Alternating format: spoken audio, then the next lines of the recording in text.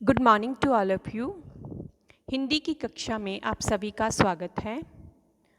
आज हम स्वतंत्रता से पहले हिंदी भाषा के स्वरूप के बारे में चर्चा करेंगे।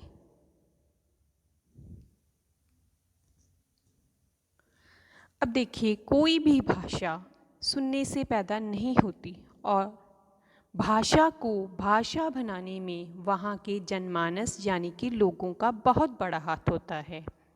हर युग में दो तरह की भाषा चलती है, एक जिसे आप साहित्यिक भाषा कहते हैं और दूसरी आम बोलचाल की भाषा जिसे आप लौकिक भाषा कहते हैं।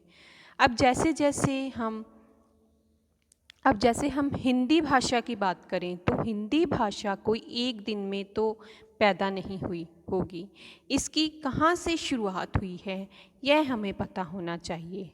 हम आम तौर पर यह जानते हैं कि हिंदी की उत्पत्ति अपभ्रंश भाषा से हुई, लेकिन अपभ्रंश की उत्पत्ति कहाँ से हुई? ठीक है, तो अपभ्रंश भाषा की उत्पत्ति कहाँ से हुई? प्राकृत भाषा से। और प्राकृत भाषा की उत्पत्ति हुई पाली भाषा से, और पाली भाषा की उत्पत्ति हुई संस्कृत भाषा से। ठीक है, यानी कि यह तो मानने वाली बात है कि जो सबसे पुरानी भाषा पूरे विश्व की मानी जाती है वो है वैदिक संस्कृत। उसके बाद संस्कृत आती है, उसके बाद पाली, फिर उसके बाद प्राकृत, फिर अपभ्रंश, फिर हमारी हिंदी। ठीक है, हिंदी भाषा। तो हमारी हिंदी भाषा की शुरुआत हुई अपभ्रंश भाषा से। तो आज हम हिंदी भाषा की स्वतंत्रता से पहले क्या स्वरूप था उसके बारे में चर्चा करेंगे। हिंदी भाषा का आरंभ आज से लगभग 1000 वर्ष पूर्व हो चुका था। हिंदी का विकास शौर्ष यानी अपभ्रंश से माना गया है। ठीक है, जैसे हमने पीछे पढ़ा है ना, अपभ्रंश से कहते हैं शौर्ष यानी अपभ्रंश। आरंभिक हिंदी पर संस्कृत भाषा का प्रभाव था, परंतु धीरे धीरे विभिन्न उपभाषाओं के प्रभाव से इसका रूप सरल होता गया और एक स्वतंत्र रूप की ओर विकसित हुई। अतः हिंदी में विभिन्न भाषाएं जैसे मैथिली, ब्रज, खड़ी बोली, अवधी, पंजाबी का प्रभाव नजर आता है। भाषाई विचारक पृथ्वीराज रासो को हिंदी की पहली रचना स्वीकार करते हैं। आज जो हिंदी की स्थिति है उसका विचार करने से पूर्व हमें हिंदी के स्वरूप को ठीक से समझने के लिए हमें स्वतंत्रता पूर्व की हिंदी को 3 शीर्षकों में अंतर्गत समझना होगा। तो पहला है आदिकाल। आदिकाल में पुरानी हिंदी को एक विशेष स्थान प्राप्त था।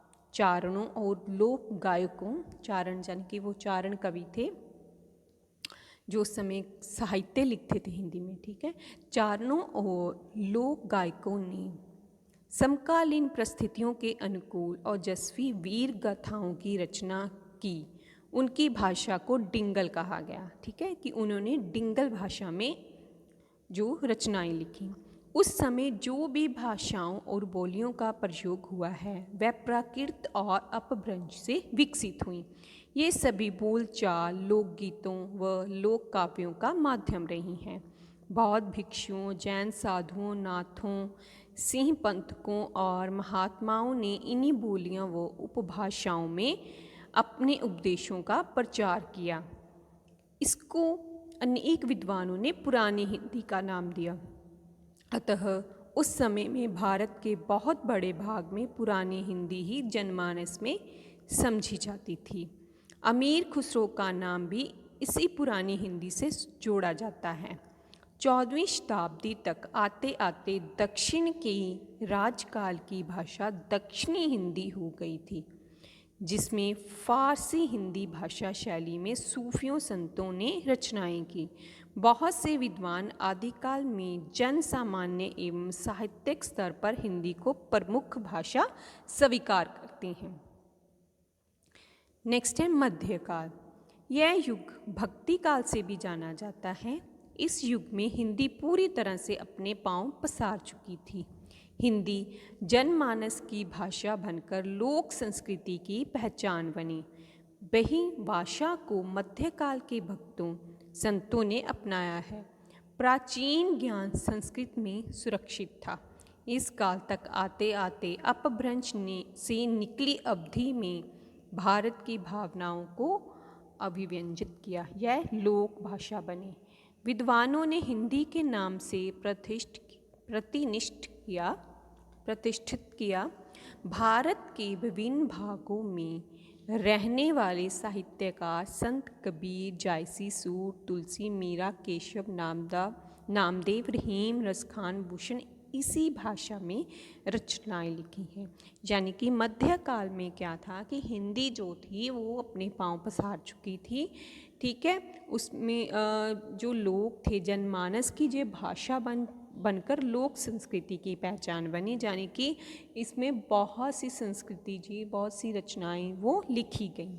ठीक है, नेक्स्ट है आधुनिक काल। अरबी फारसी के प्रभाव के साथ सन 1800 ईस्वी में हिंदी काफ़ी विकसित हो चुकी थी।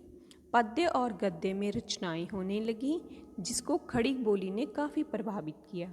सन 1800 में कलकत्ता में फोर्ट विलियम कॉलेज की स्थापना से हिंदी विभाग खोला गया। यहाँ हिंदी को प्रचारित करने का अवसर मिला।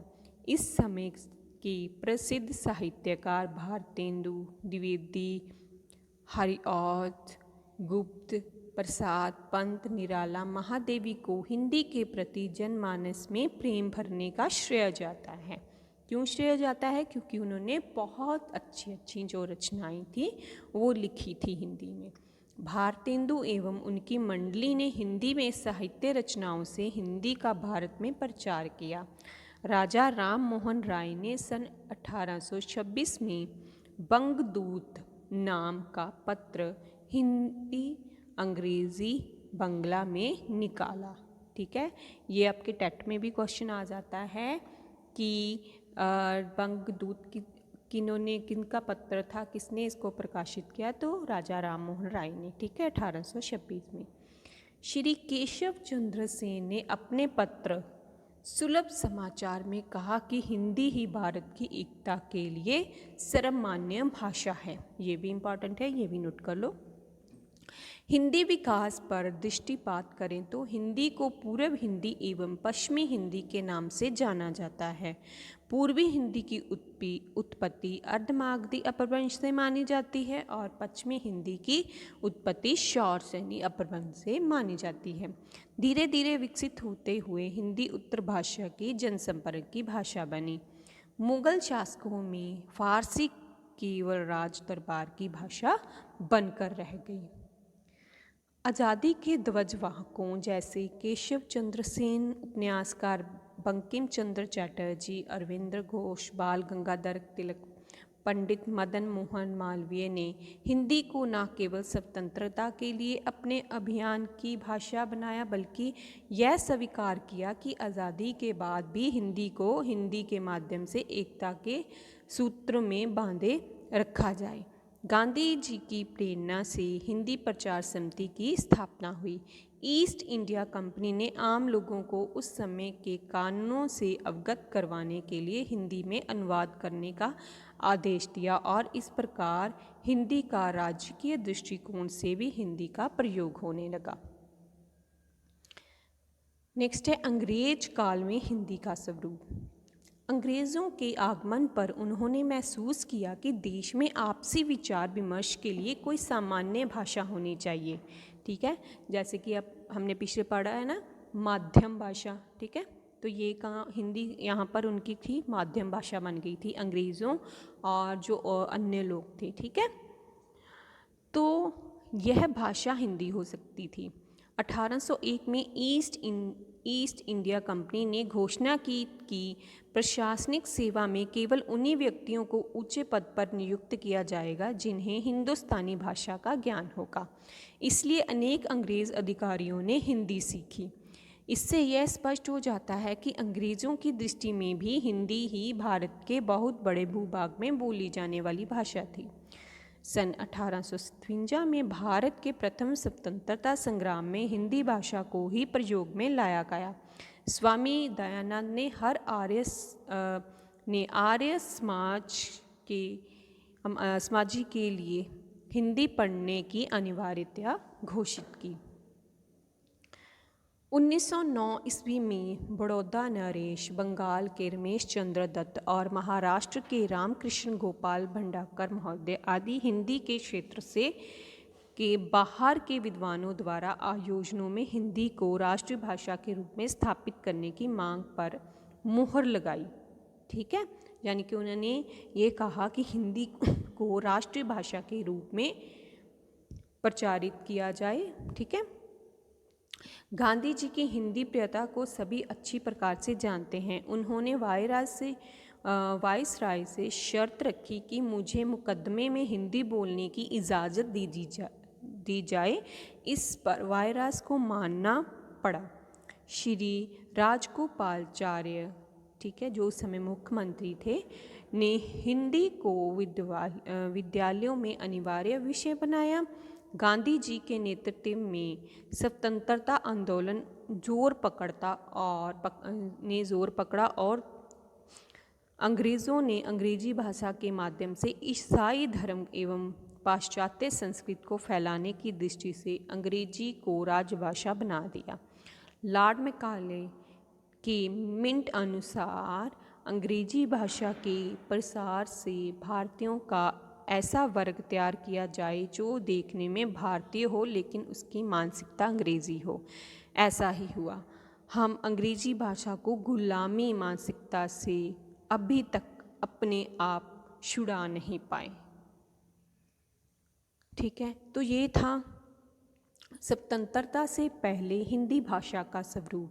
ठीक है, कि पहले कैसे उसकी प्रचार हुआ, ठीक है, प्रसार हुआ।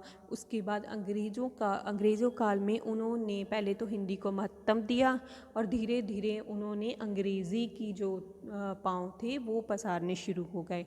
तो आज भी अब हम देखें तो कहीं ना कहीं यही बात मानने योग्य है कि अब अंग्रेजी भाषा को ही ज़्यादा महत्व दिया जा रहा है। ठीक है, तो ये था हिंदी भाषा का स्वतंत्रता से पहले स्वरूप। तो नेक्स्ट वीडियो में हम करेंगे कि हिंदी भाषा का स्वतंत्रता के बाद का रूप या विकास।